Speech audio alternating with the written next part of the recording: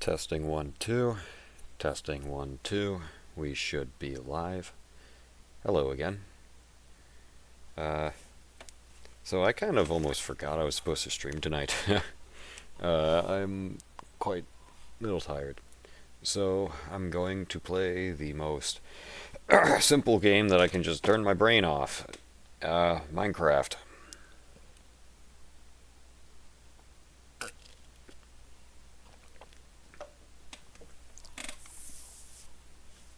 Gonna play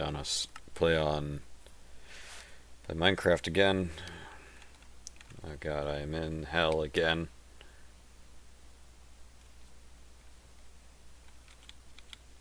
Oops.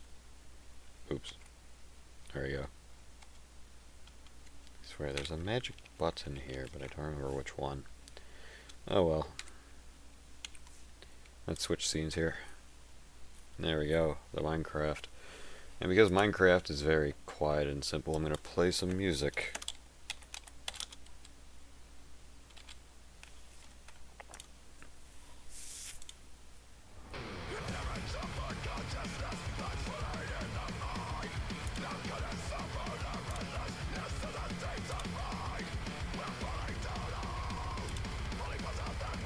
I love it when YouTube just takes away the autoplay button, so I gotta stop it halfway or else it'll play, I don't know, some stuff. I'm gonna turn it up to 17. That should be good enough. Yep, that looks good enough. Alright, what was I doing last time here? Dig. And all turned around. I was dizzy. I was testing my VR chat controllers because I drowned them in Icy Profile earlier. Should I turn down the Minecraft? Maybe I should. Audio. Turn it down to 30. There we go. Anyway, like I was saying, I was playing some VR chat earlier, just testing out my controllers. They seem good. But I was on this really, this map that hurt my eyes, and like, because it was, all the textures on the walls were like those types of textures that kind of go on for infinity. Like, you know, like the cartoon Chowder, how it's not just a simplistic, like, static texture, it's like a texture that moves with the object. So like if you move your head, the texture will move with it, and it was a whole room of just that type of texture, and I think it's actually I think it has actually fucked with my eyes. I don't know, everything just looks a little off right now. Oh, also, I forgot if I said this or not, but this will also be a kind of a test stream because, I don't know, I fucked around with some of the settings in OBS, and I'll see if it's better or worse, or, I don't know, nothing changes. Just in case, I wrote back down all my original shit, so, yeah. And I will never let you go. I will leave you here, leave you with nothing, leave for no one. I will dig you a hole, and I'll dig a hole through your heart. It's not a tired stream if it isn't slightly karaoke. Also, by the way, if you're wondering what the song is, it's from COD Zombies, Black Ops 6. First, I feel like Zombies has gotten a bit too absurd. Like, what was it? Like, I know Call of Duty has, I know COD Zombies was always seen as like the absurd game mode for COD because, oh, zombies in World War II and you ray guns and all that. But it had like a specific style, like it was like campy, like comic book style, and not like superhero comic book, like type of comic books where it's like, oh, here's some soldiers in World War II, and they go to a mystery island, and the island has robot space science gorillas, and like that type of campiness. But now you just have like people flying through space and on a jet, people flying through space on like a jet truck, and Kickstart My Heart is playing, and I know like other songs have played too, but I don't know. I feel like Kickstart My Heart just kind of was chosen. Like, it's probably just me not liking it. I'm trying to find a reason on why I don't like it. Because I know Gorod Krovi had Ace of Spades in its intro. That was pretty good. Anyways, gonna autoplay. Oh, nice, Archangel. You know what? I still don't know why. It bothers me to no end that it just took my goddamn autoplay button away. Like, why did it do that? Give it the fuck back. Oh, it's on a mix. That's why. That is why. The reason autoplay is gone is because it's on a playlist. Even though I didn't ask for it to be on a playlist. I guess I'm here now. What if I don't want to be here? I guess I'll block all this back up.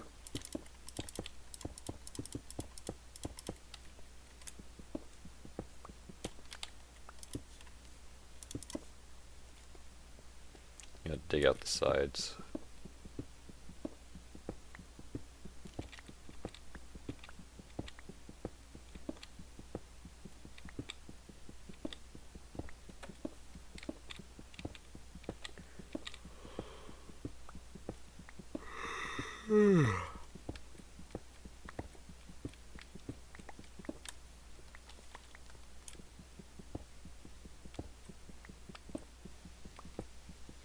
So I guess Christmas is in 3 days. Doesn't really feel like it, if I'm honest. Like, not in the sense of like, man, doesn't feel like Christmas. Like, it's not, like, not in a sad way, like, oh, the world just isn't the same nowadays, it doesn't feel like Christmas. It's more of a sense of, I've just lost track of time. Like, yeah, I'm a fucking old man, and it seems that it is true when you get older, you do lose track of time, where it's just like, when you're a kid, you're like, oh, 2 days, it's gonna take forever, but now it's like, oh god, 2 days? Actually, it's 5 days. No, not 5 days, 4 days.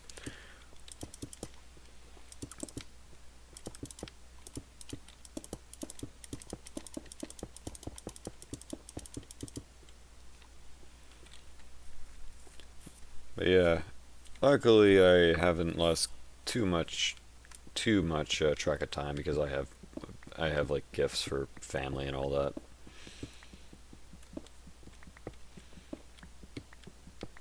Here's a tip: always get your Christmas gifts before December. Usually it's best to even get stuff in October, though. Docio, Dose of Joy, thank you for the follow. Welcome to the chill stream. I'm very tired and I'm digging a hole. I'm also giving tips on Christmas gifts. Always ask before December. You don't want to be stuck in the rush of buying last minute gifts in December. Some people, though most people, I believe, do that type of stuff in November because of Black Friday. And I guess that's actually a good idea nowadays, because Black Friday barely exists nowadays. Like, there's no such thing as like in-store deals. Like, I feel like if they want to move,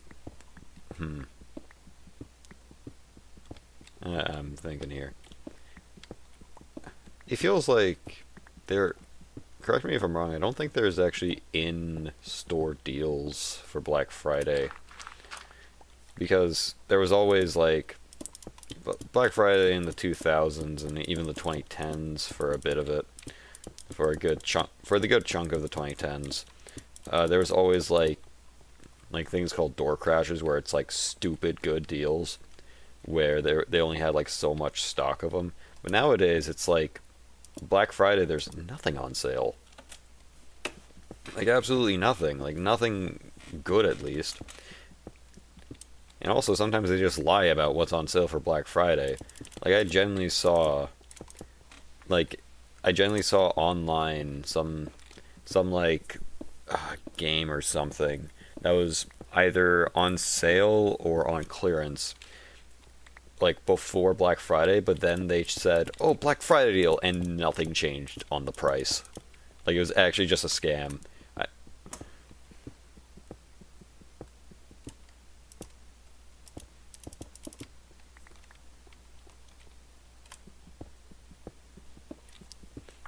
Honestly, I feel like online shopping in general, and also online shopping in general, and the introduction of, oh, it's not Black Friday, it's Black Friday week. So for the whole week, you get all these deals online and in store, and when Black Friday comes around, sometimes they're like, oh, here's the one special deal, but it's for, like, a brand new television, and you gotta think to yourself, like, how many times a year are you gonna buy a television? Also, who buys televisions nowadays? No one watches television.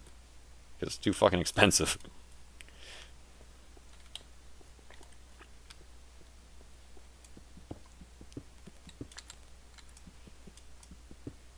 Keep getting turned around. I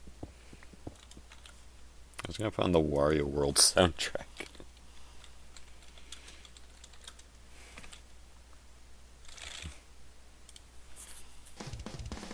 That's Archangel. Where?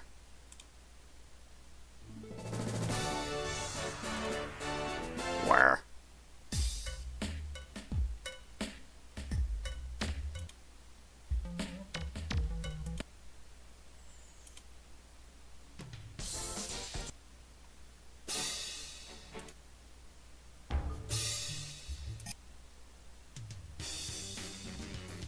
That's very where. That's just sound. Okay, sound effects. Info. Where?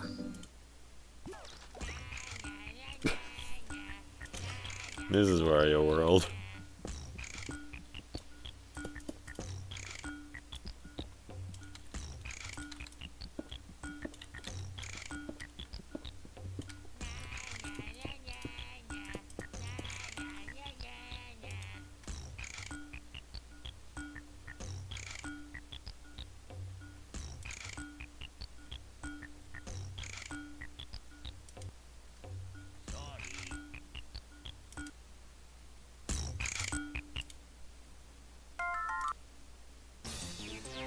There's one song I'm looking for.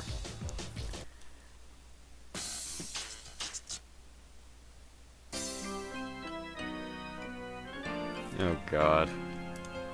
Just hearing that tune. I've never actually played Wario World, but I've seen the goddamn, like, secret levels, which this is the tune for them. And oh god, they're awful. Like, they're actually vile. Like, whoever designed them is an asshole.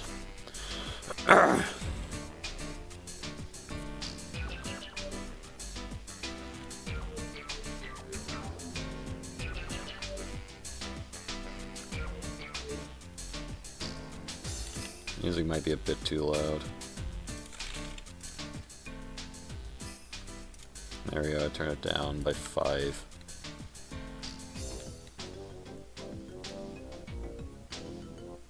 Yeah, that should be alright.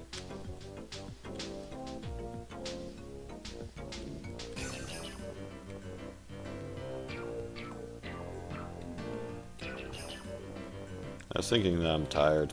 I was thinking of putting on in the background an old top 15 video, but not like the modern top 15.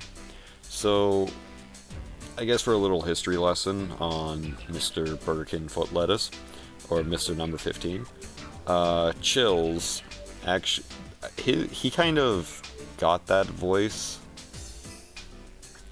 but if you look at his super old videos, I'm talking like 2014, 2012, like around there. I don't fully remember the exact date, but he actually had a pretty normal talking voice, and then he developed like the number 15. If I saw that, I'd crush it into a small brown stain. He kind of developed that over time, but like his very early video, he sounds quite normal, and a lot of his early videos were also just ask Reddit stuff, like ask Reddit what's the most disturbing story you've ever or like what's it like working at a fast food restaurant, and it's just him just reading off stuff. I remember I would listen to those a lot. I don't feel too bad playing them because they're almost, oh god, well yeah, they are over a decade old now. Weird to think, but it's true.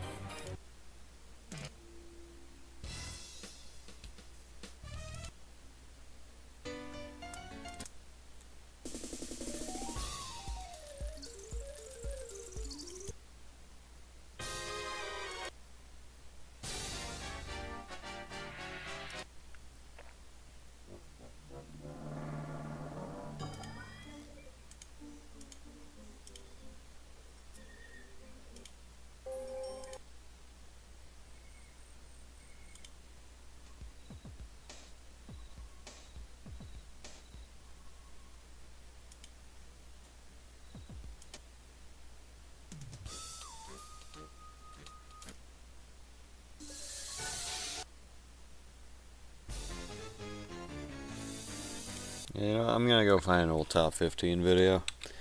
Top 15, oh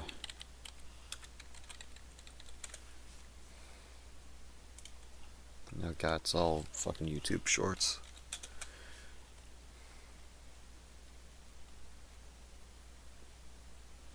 Here you go, top 15 most mysterious. Where I post with scary backstories. So over the last 7 months, I've been working for someone I responded to on Here we go. Craigslist. Well, I'll just explain everything. This seems like an appropriate place to post this. I was scouring the internet for some sort of paying gig. I didn't really care what. Then I came across a post on Craigslist. I had refreshed the page and there it was.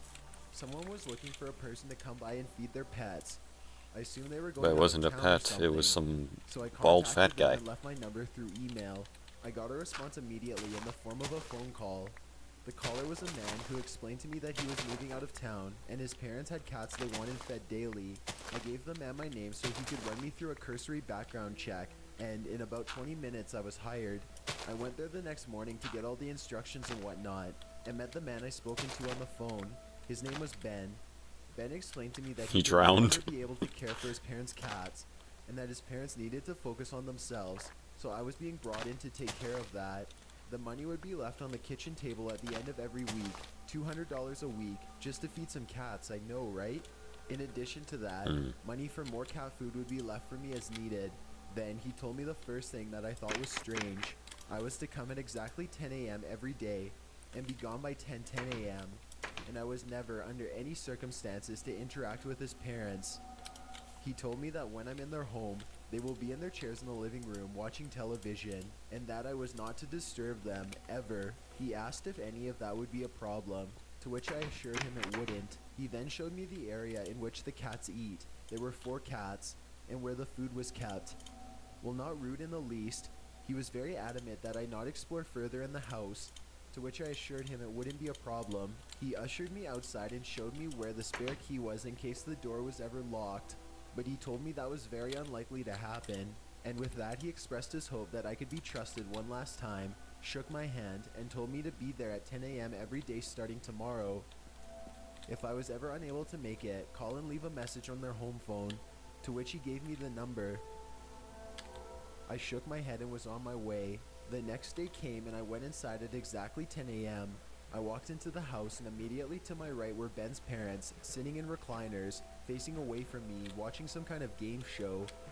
I announced my presence, which they ignored, and made my way to the kitchen. I fed the cats bowls and left. The exact same scenario played out countless times over the next few months. 10 a.m., unreturned hello, feed the cats, leave. On Fridays, I would pick up the small stack of $20 bills from the kitchen table. It was the easiest job I ever had. Then came the inevitable. One day, I was running late. I got to the house at 10:08. I entered and apologized to Ben's parents for being late, to which I once again got no response. They just kept sitting in their chairs watching their game show. I went to the kitchen and fed the cats. I looked at my phone, which read 10:11, and walked down the hall towards the front door. When I reached the living room, I jumped and gasped out of shock. Ben's parents were now standing in the dark behind their chairs, completely still, staring directly at me. I apologized for running late and got out of there. Though unnerved, I went back the next day on time and everything was fine. A few more months went by of nothing strange, and then came the last day I was there. I got there at 10:03, but wasn't worried because I knew I could be out before 10:10.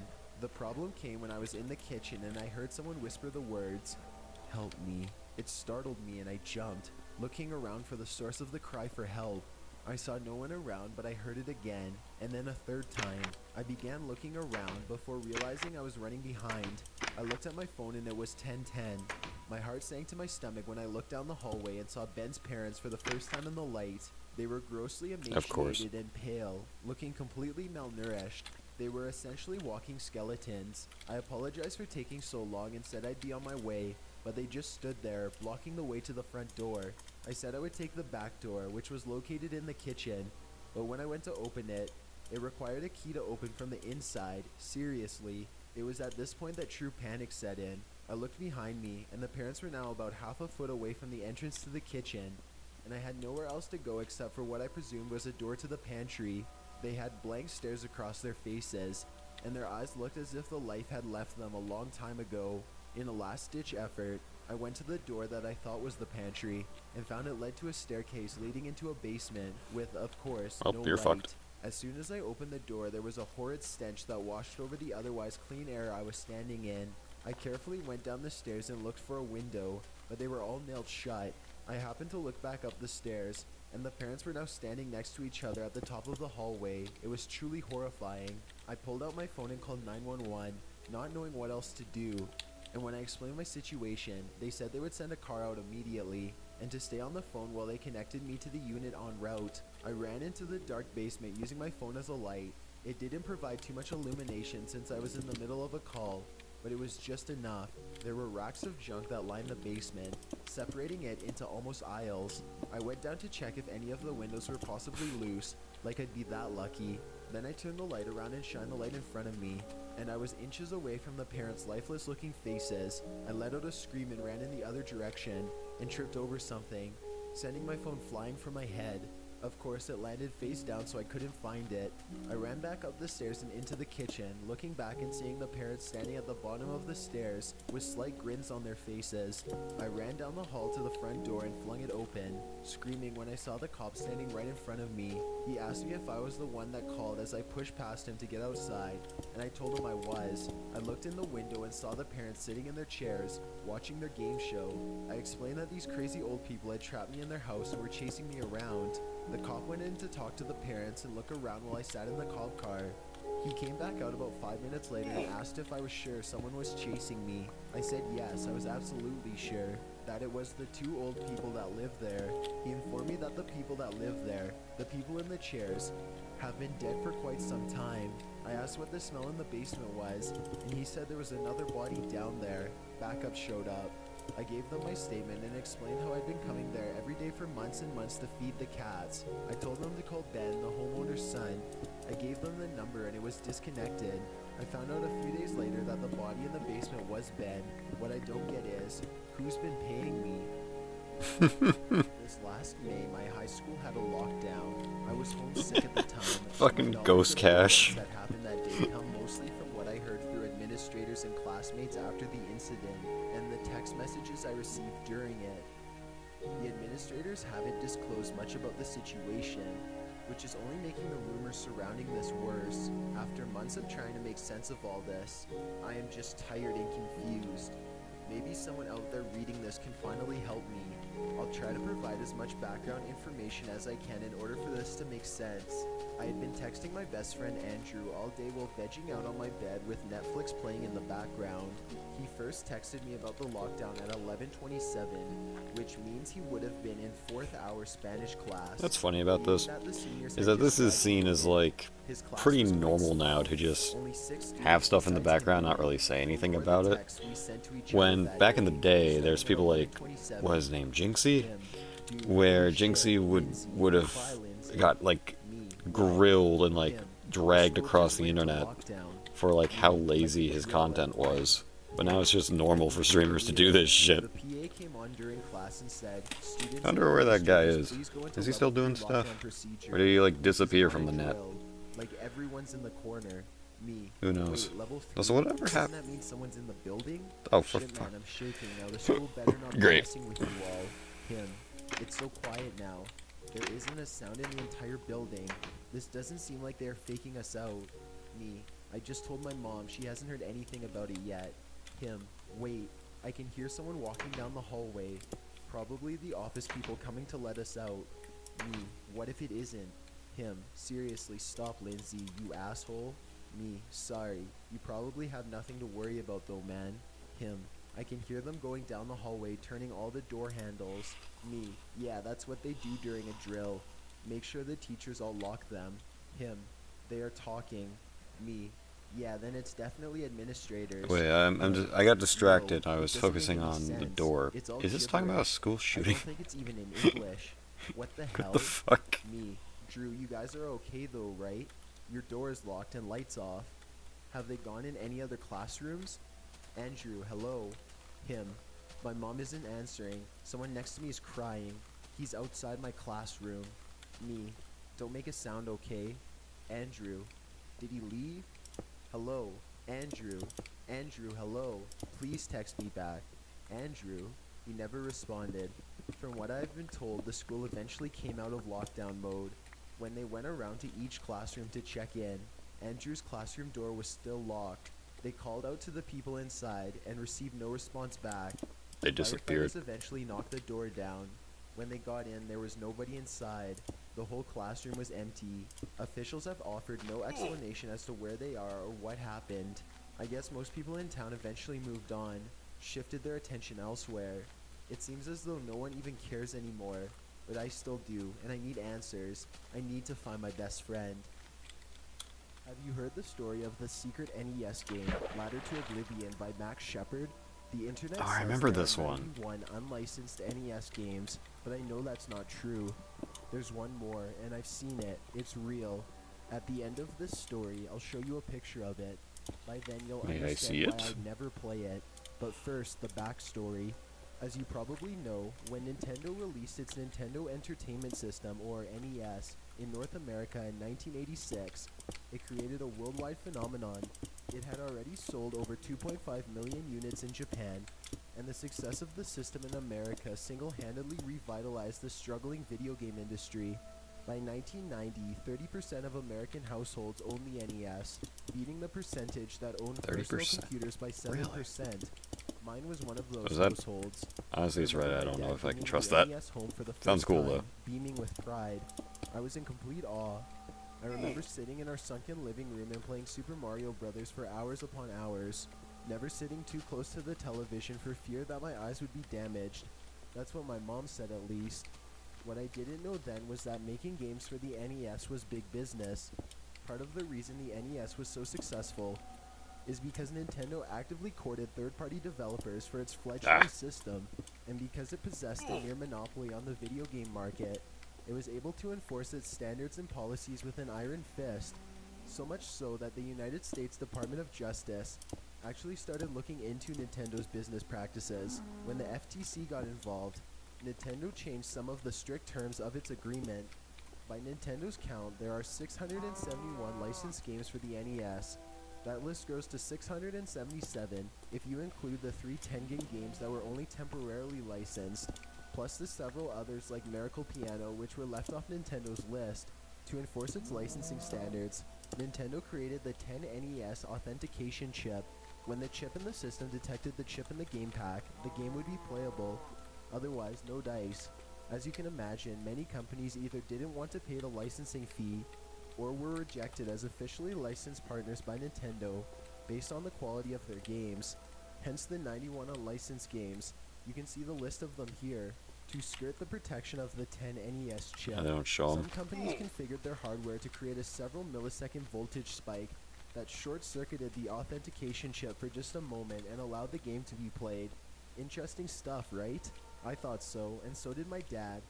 He worked for Nintendo in their development and licensing department during the late 80s. Oh, and you 90s, lost me experience with all my of it as dad it works at happened. Nintendo. But the story of Ladder to Oblivion does not begin with my dad, it begins with Rob, the founder and original president of LTO LLC, and his idea for a new video game. Rob was in his senior year at West Lafayette High School in Indiana when Mario Brothers was released for the NES. Thousands of Mario. other kids around the country Super- became obsessed pretty Super quickly. Mario. When Rob graduated, he decided to attend Purdue University Run to around study fixing computer people's science. toilets. He wanted to make video games. Purdue's computer science department moved into a newly renovated building in the fall of 1985, and Rob took full advantage of it when he started college the next year. 4 years later, he graduated at the top of his class with honors. My dad told me Rob was one of the smartest people he'd ever met. Even so, Rob dealt with some personal demons. His mother raised him alone after his father was murdered in a home You know invasion this when is he was like young. classic His internet, mother was homely like and horror, helpful, when but it starts scared. with my The dad, resulting trauma where sent like him it says careening my through dad years worked of at Nintendo and he alcoholism told me about depression. this game that Rob was neglected, even as you Shigeru can Miyamoto imagine, doesn't and want to eventually went into know, the custody of or Child doesn't Protective want to be out Services. there, but He it acted out at is, first, and but I have eventually it. rose above the shitty Oh, hand he'd been sweet. dealt. When Mario Bros came out his senior year, he found it to be the escape he'd been seeking. My dad has told me the story about the day he first met Rob a dozen times. It was May 25th, 1992. He remembered the date because the Friday prior was Johnny Carson's final Tonight Show, and Jay Leno was announced as the new host that Monday. Johnny wanted Letterman to replace him, he said every time. Not that Leno fella. That Monday, he was sitting at his desk when the phone rang. Yeah, The voice on the other side hesitated for a I'm the moment. new How'd you guy like to be rich, on the the Tonight man Show. said. Look at my Dad cars. had heard a at version my of that car. question 100 times and typically hung the phone up immediately when he heard it. This time was different. Something in the man's voice intrigued him. I'd love to, he joked. Do you have a secret to winning the lottery? The man didn't laugh. I've got something much better, he said. And what's that, my dad shot back. A new type of game, one the world has never seen before. I'm listening, my dad continued. It's called a Rob digital introduced Ouija board. himself as the president of LTO LLC, a game company. At the time, my dad had no idea Rob was the only member. Rob went on to describe the game he was working on. It was a platform game where the main character moved across the screen from left to right, collected items and power-ups, and fought enemies. At the end of each level, there'd be a boss, with an ultimate boss at the end of the game. My dad explained that Nintendo already had a game like that. It was called Mario Brothers. My dad said Rob told him the differences were in the details.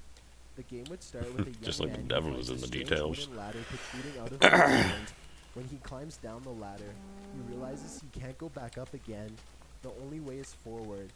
At the end of each level, the young man must fight a demon who appears in the form of someone from his past. It could be a teacher, a parent, or a friend, but the player would find out it was always someone who had harmed the main character in the past. After defeating the demon, the player climbs down to the next level. There would be 9 levels total. In each, the screen would be It is possible that this completely game does exist, but powerful. not in the way By that the they're ninth talking level, about. It's Rob more like explained, the player would barely be either able to someone made a see fan through game the based off this darkness. creepypasta, At the very end, the or ultimate boss a Reddit appears. post, The or player finally the guy learns who who wrote he's it been was just fighting trying for to most of the advertise, entire time. I A have a mirror image copy of himself. this long-lost NES Defeating the game, and boss I reveals dumped a the new ROM ladder that leads online. back up to the Now the surface. What demon happens when the player is falls, free on my the dad internet, asked. or I whatever. don't want to know, Rob said cryptically. Can you tell me what it's called? Ladder to Oblivion, Rob almost whispered. Eventually, Rob convinced my dad to meet with him in order to show him the game. It wasn't quite finished yet, but the first 7 levels were playable. I was mesmerized, my dad told me. The game made me feel like no other game had before. The I'm bosses at thirsty. the end of the level. Hang on. I'm thirsty. I'm gonna go get some water.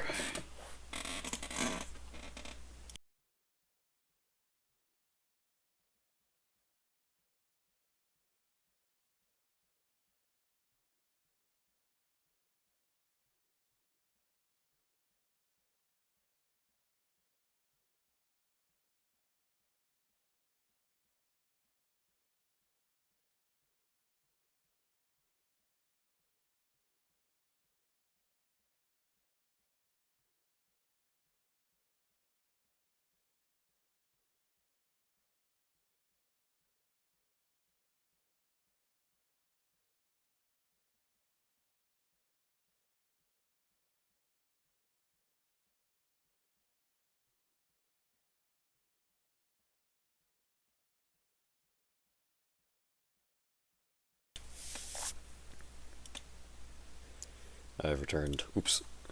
I've returned. I started seeing them as the people in my life who had wronged me. A teacher in 4th grade who Hang on, I want to quickly. I got Ladder to Oblivion.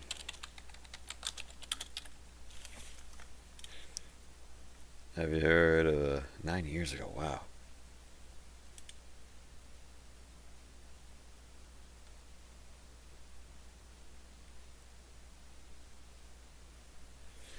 It seems like one of those games that just is lost. Haunted Gaming talked about it. Oh no, don't touch that. 9 years ago, wow. So it was written in 2016. Oh, this is a video from 2017. Okay. Doesn't feel like a video from 2017. This feels like a bit older top 15, even though he does have humiliated me in front of the class. yeah, he does have his speech pattern, so this must be like almost felt like that game newer. changed depending on who was playing it. When my dad brought the game to Nintendo, they refused to approve LTO LLC as an officially licensed developer. Nintendo had very strict rules about the type of content that their partners could include in their games. No nudity, no gore, no cursing, and no religious symbols, among others. Ladder to Oblivion. No religious symbols. That's a lie. Nintendo put out Legend of Zelda with a cross on Link's shield, and they got in shit for that. My dad said. Understandably so.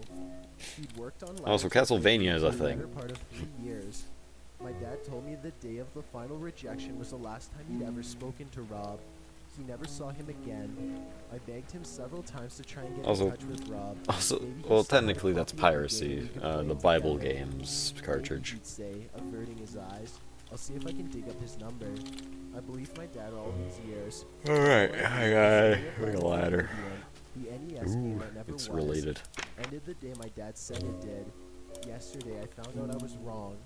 It's hard to even type this, but yesterday my dad committed suicide. It was a Jesus shock to my Christ. entire family. He seemed happy and never acted like he was depressed. My mother found him in the woods. Hopefully that behind doesn't their get me house. banned like The shotgun Meat he'd Canyon. used several inches I didn't from say his it. outstretched hand I'm listening to was something I didn't know was gonna say it. Still am.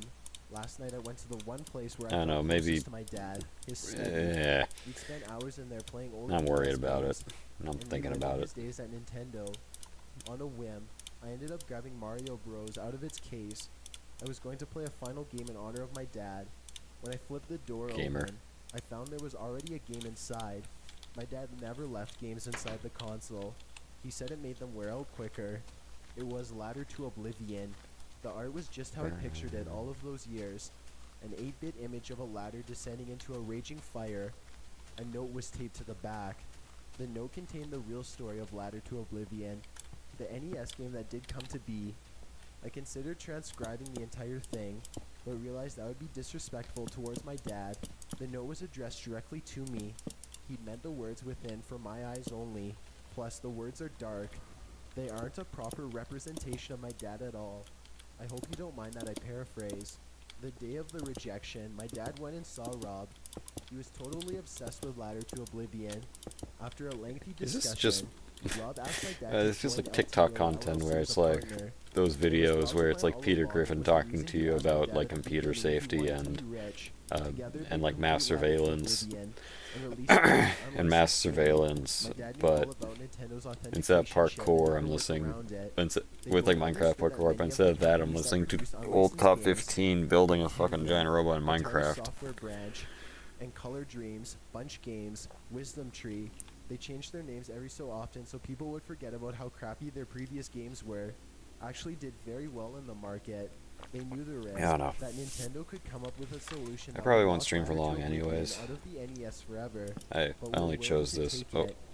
Of wrong course, side. my dad would be a silent partner How'd you even get who over there? needed his job at Nintendo.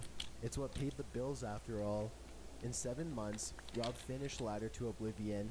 The two were ecstatic, but their joy would be short-lived. The night Rob completed the game, he called my dad and told him it was finally finished. It was rejected dad by was excited Nintendo, and he beyond threw a measure. fit, The and he next did day, a my dad magic had the game ritual loaded and onto summoned two Satan, pre-production the cartridges. devil. He had a friend in the art department whip up a label, complete with Nintendo's seal of quality. That way, they'd think he was working on something for the company. Once they were ready for a large production run, he'd have them made off-site. He didn't want to make any changes. Also, I Rob just told him not realized to play the game yet. there's like He still only needed to do a one, complete playthrough like a from start to couple finish. carts that I The know catcher that was have full like of the bugs. pixel art on My it. dad reluctantly agreed. Most other Rob agreed to carts, call him like when he after like finished, some of the so he launch could meet my titles, dad and do a playthrough like with him. which 5 ones? days later, my dad There's showed up at obviously Rob's Mario house Duck and Hunt, announced he Golf. hadn't talked to Rob since the phone call. Not even and Legend of he Zelda. was Zelda has like that Rob had like decided to really release the nicely game drawn on his art own of a and shield. cut my dad out of the process. So just having like What he found was much worse. it's so retro. Rob was That's why. dead. I assume by suicide, but the note is unclear. There's a lot of rambling at this part about God and the devil, and a lot of sentences have been scribbled over so heavily, the words are mostly illegible. It looks like Rob left a note. The only words were, never climb the ladder, more scribbled out words. At the end of that page, my dad writes, So I played the he game finally faced himself. My and dad fucking moved on died. undeterred. He was terribly upset at Rob's death, but the game had taken control of his life. Ever since he played it that first time, he said, he's been battling a secret depression. The only thing he believed would make him happy again was to release Ladder to the public. The very next day, my dad brought on a new partner, a friend from Purdue named Eddie who was always looking for business opportunities. That night they got together to play the game. My dad started, but ended up leaving after the 7th level to grab some pizza. When he returned, he found Eddie dead, game over flashing on the screen. Eddie had taken a kitchen knife and slashed both of his wrists. The note gets harder and harder to read, but I think he carved something into his arm. UXXY INXXXE.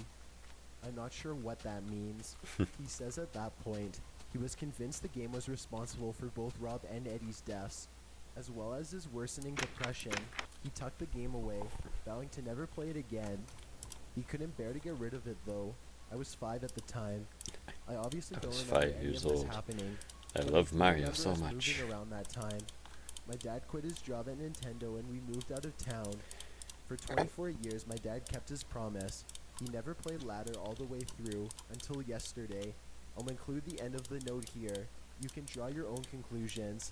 I, for one, believe my dad, no matter what you all might say. And my dad never told me what happened to Rob's copy. I kind All of I want know to go is look at the still original out there. Reddit thread to see if Have there's you seen pictures, it? but it's Here's what my dad but they were wrote. probably uploaded through 24 Imgur years of if guilt it's like finally 9 caught years up to me old. today. I climbed the ladder. Something I said I'd never do. I faced myself and I was judged. Hang on, let me check. Ladder to Oblivion NES. Secret NES game, but Fidelity. Imgur.com. I was right. That's still here. And the only thing is the picture to the cart.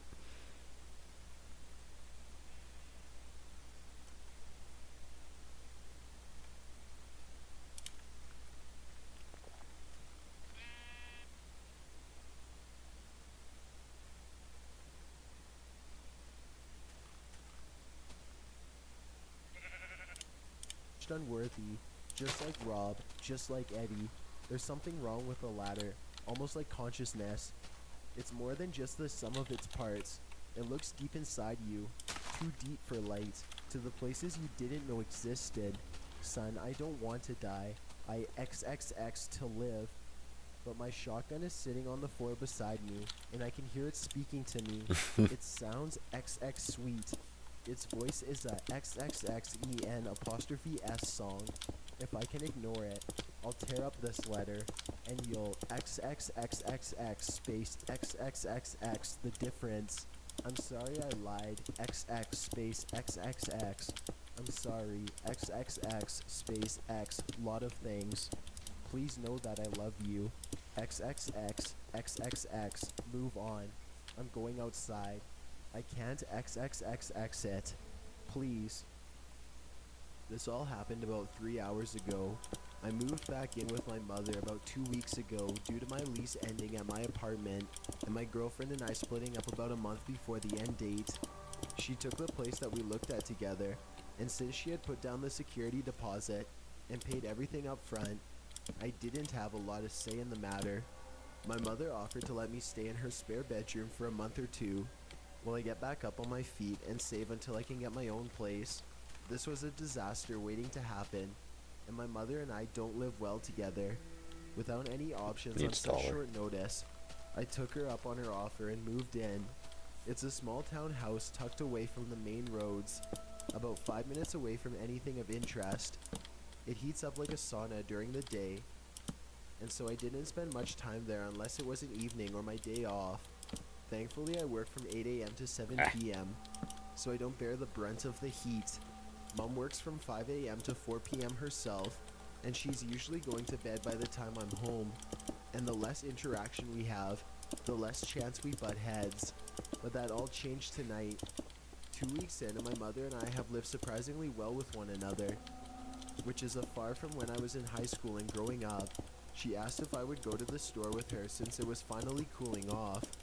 Most people don't crowd grocery stores at night, and she needed help carrying a few things she needed to buy. Not like my company would have been nice or anything. No big deal. I couldn't argue with her for letting me stay rent-free, so why not? I offered to drive, so she left her keys in the house. My smartass left mine too, and it was a reflex to twist the lock on the knob when you walked out. We both realized once we got to my car that neither of us had keys. Great time for our first fight in a while, right? After we cleared up the way to go on forgetting your keys and I knew I shouldn't have asked for your help bullshit. She tried calling her landlord to see if she would come unlock the house with a spare key.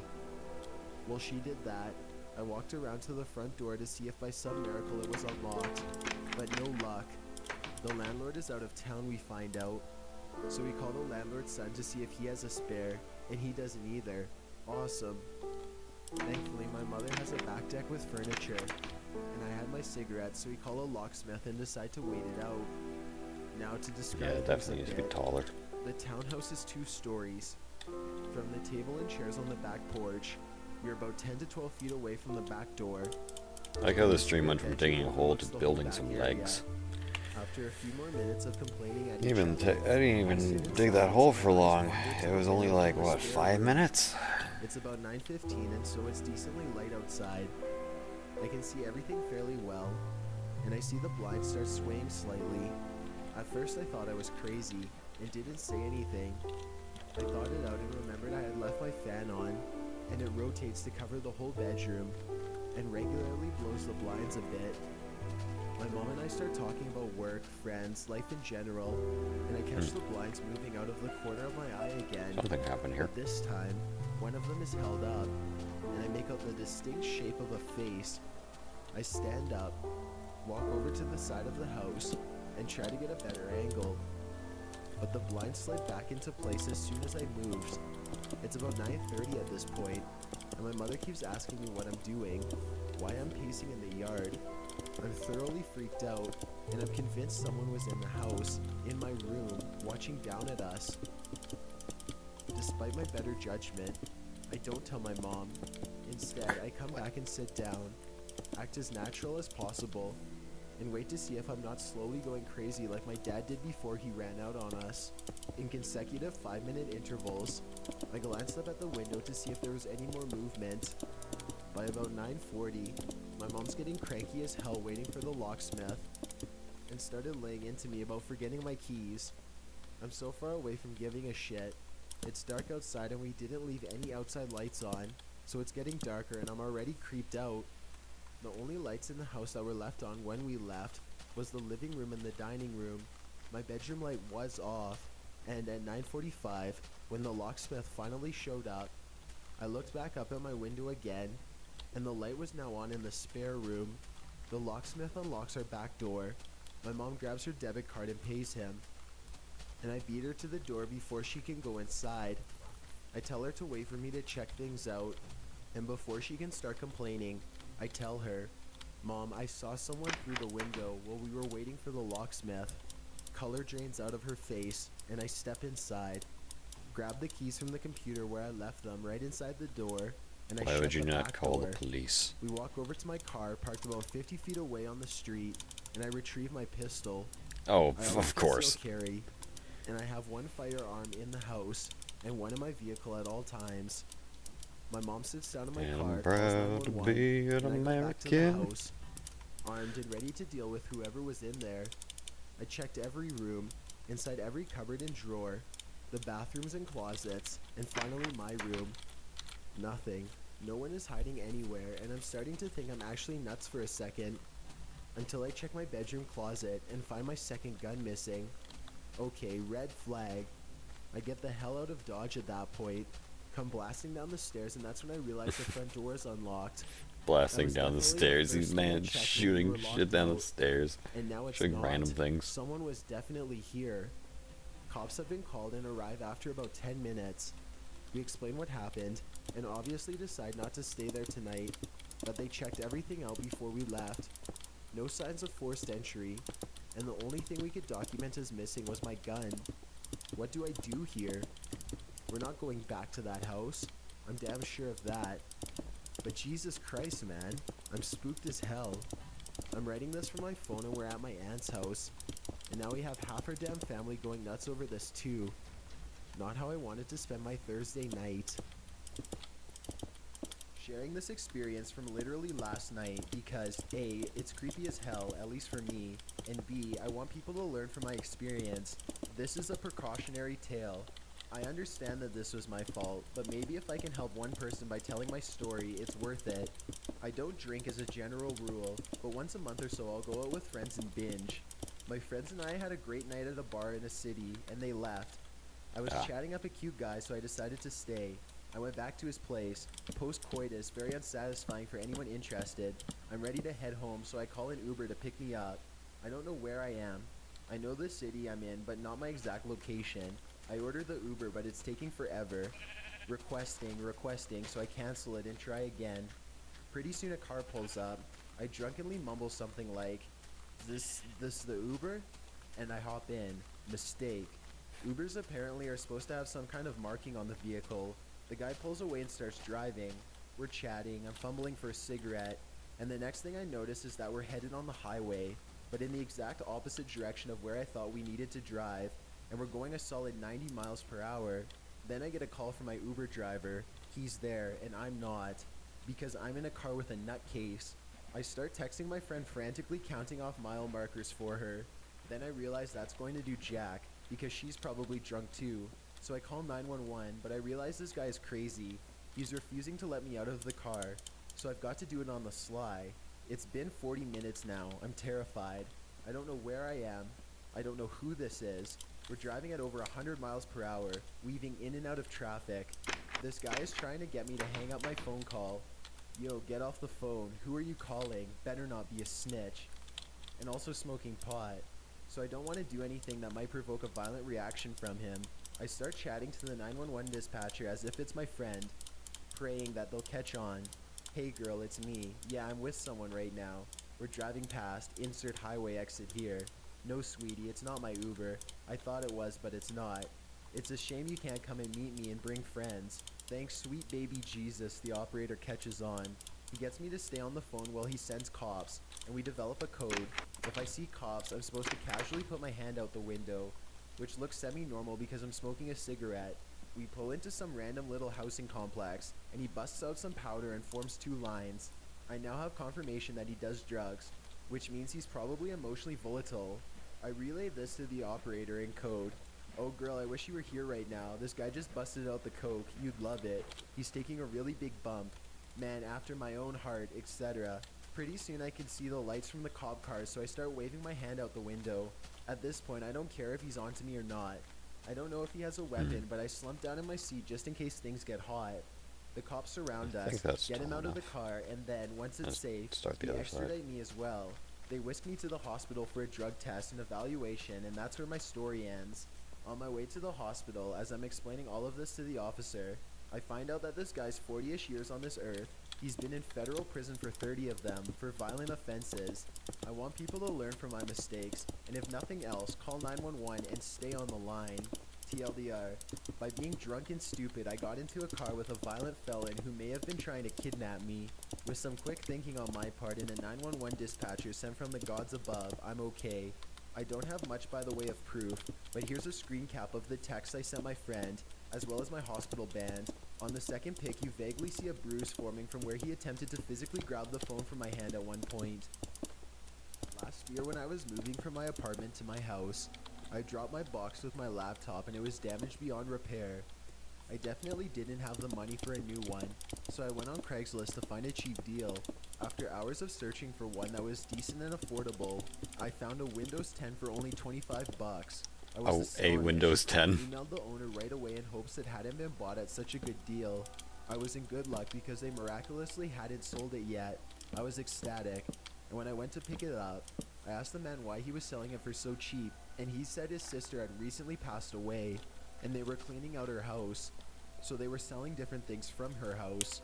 It didn't creep me out too much that I was using a dead person's computer, but it felt weird that they were Technically, giving when out you her go to belongings the so quickly. technically when you I go brought to the the thrift computer store, home and you're was so excited buying to dead use people it. clothes. I plugged it in right away and it started loading after a Technically. minute. It was crazy. The computer You was in could be. perfect condition, not even a scratch, and it was loading surprisingly fast. When it started up, the background popped up, and it was a pitch black screen with 3 letters in white that read EMX. I didn't know what it meant, but I suppose she had worked for an obscure company. I wondered if she had cleared her files off the computer, and being the nosy person that I was, checked the On This PC tab for files. I didn't find anything at all until I checked the Documents tab. There were just 3 items there.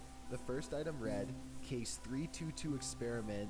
I clicked the first item open, and out came a summary of their little experiment of Case 322. Case number 322. Note, Case suffers severe schizophrenia and depression, and experience frequent hallucinations and paralysis. We will be experimenting with treatments for her unique and unusual case. It should be noted that the case is extremely violent. Has been I was gonna speculated that say, most violent of all oh, this cases, is the SCP constant laptop, but no, murder/torture this just drug. sounds like Surprising detail and or maybe graphic descriptions it could be for a someone nurse's at such a young laptop. age as her. That was the end of that item. I was horrified at the fact that it appeared they had given me a computer formerly used for children's neurological experiments. Being the curious person I was, though, I decided to keep reading on. Jesus. Biggest mistake of my life. The second item read, Safety/concern. Forewarned, I opened the item and it appeared to be a list. Safety concerns of Case 322. It should be noted that those chosen for experimentation on Case 322 shall be at utmost high standard, and serious precautions Is this must be gonna turn taken. to Akira Case 322 has been or that involved in the one following acts. or that one One, horror murder game of my that entire family. was turned into a movie on Murder of MTV? 4 civilians during an escape from her home. 3. 2 bank robberies. 4. Over 200 death threats towards figures of authority, police, guards, doctors, therapists, teachers, school staff, and others. 5. Writing a death note to a classmate. 6. Pulling out her own hair from her roots Writing a and eating death it. note. 7. Pulling Like her teeth the out and anime? stabbing herself in the eye with it. 8. Over 20 suicide attempts, including Mm. hanging, overdose of drugs, self-inflicting shots. I with kind a of forgot firearm, old creepypastas and jumping all off the that talk table of a building, lot and about stabbing that type of herself. stuff. And 9. nowadays, it's Attacking a very police taboo officer to, and nearly I killing guess, them. do that.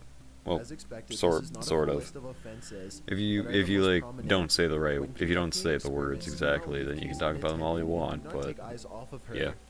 Keep keys to experimentation room out of her parameters, and make sure she is restrained in Man, straitjacket I'd through the whole guesstimate. process. Have guards Maybe on make him a duty bit at all taller. times of experimentation. and that was the end of that file.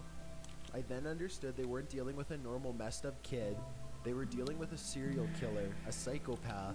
I was sick to my Jeff the stomach at killer. this point. It's Why did this Jeff. woman have such a It's private menu on Jeff. an at-home computer? How did her family not know about this? Why was she dead? The third file read, experiment documentation. Day 1, case 322 fought and screamed until sedated. She is surprisingly strong for her stature and for being only age 14. Experiments went well. Not much It is progress. a Day blank the 2, killer. Case 322 stabbed a guard in the eye with a bobby pin.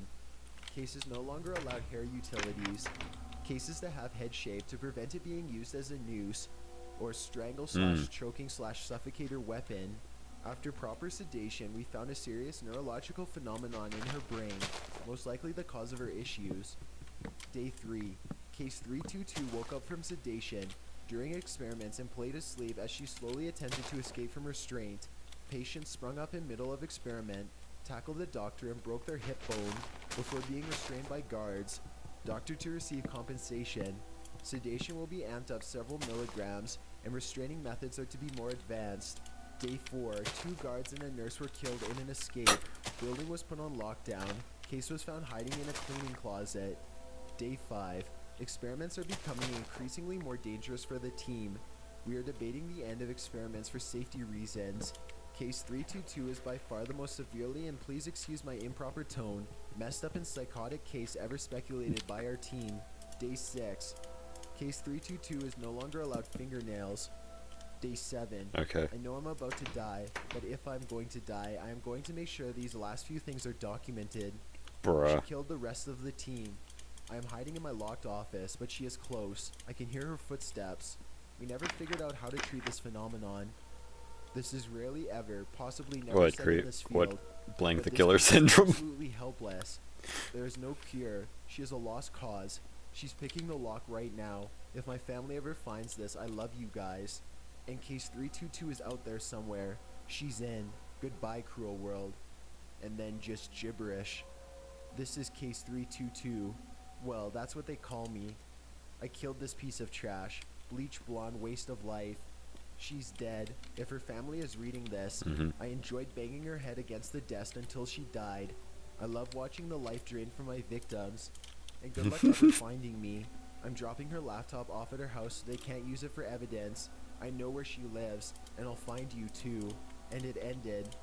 I shut off the computer and went straight back to the man's house. I asked him how his sister died. He seemed taken aback by the question, but answered, saying she was murdered.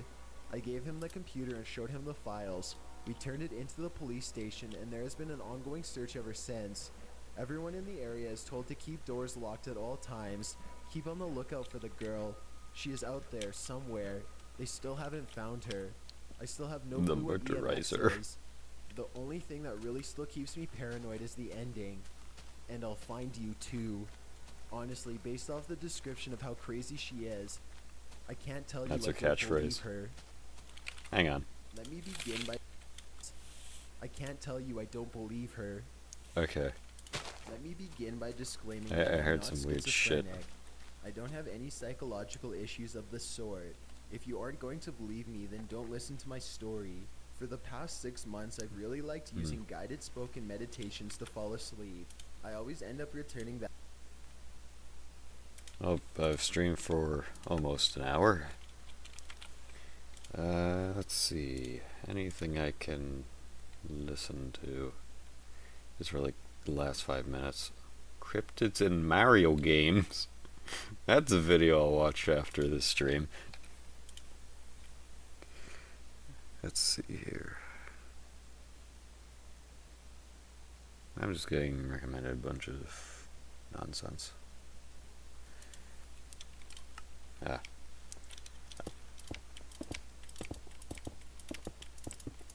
I probably would listen to... there's nothing I want to listen to, though. I don't know, I'm not, how do I say this? I'm not like a game soundtrack guy. Or at least, like, in the sense of, I do listen to soundtracks, but I like the vocal stuff, but the vocal stuff is always copyrighted. Like, heavily copyrighted.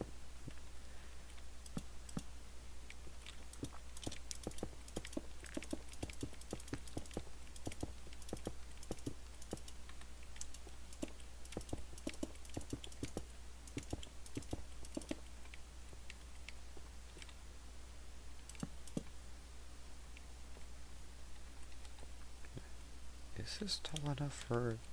Because this is gonna be the shin, and then I gotta make the knee and or thigh afterwards. I have to check from the floor. It's hard to tell when you're not. It's hard to tell.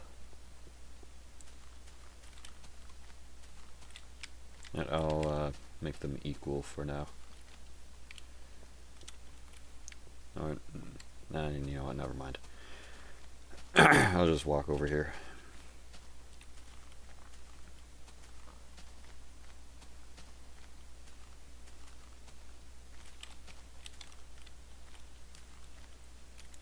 I think that's quite. That's quite tall. Yeah, I'll keep it like that, and then. It's gonna be a pretty tall robot.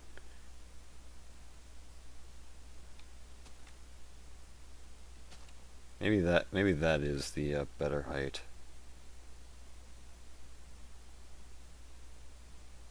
That looks a bit too long. That looks right.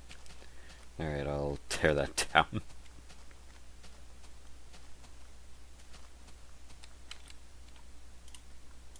I'll do this. I'll go up here, make a dirt line, and then I'll use that to know when to stop.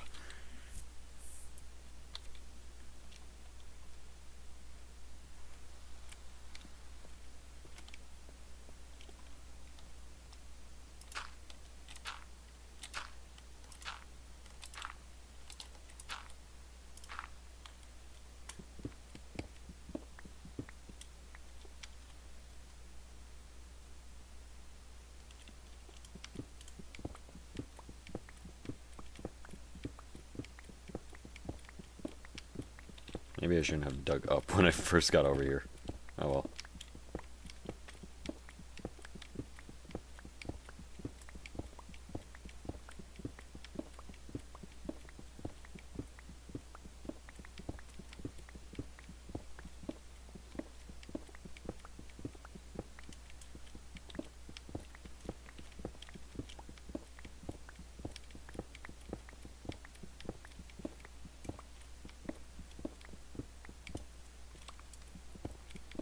I guess for like a little bit of a conversation thing.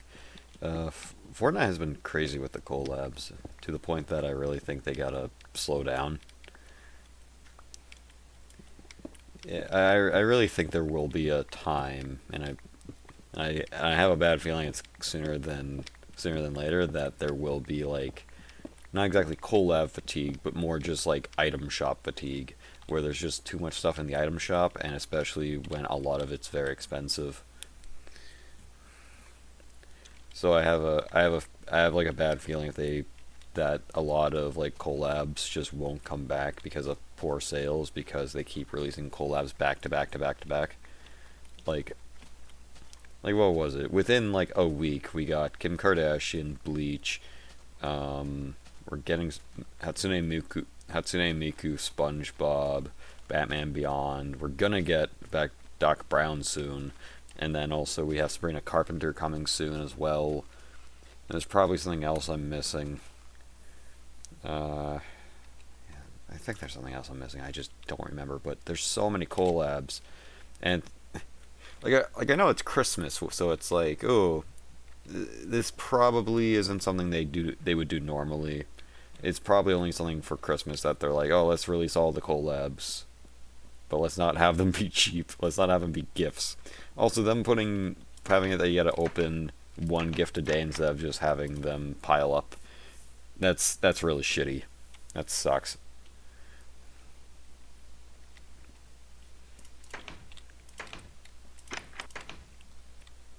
Okay. It looks really short from this distance, but not as tall when you get closer. I think it'll be fine. Alright, I'll end the stream here. It was a good hour-long stream of really nothing, just kind of chilling.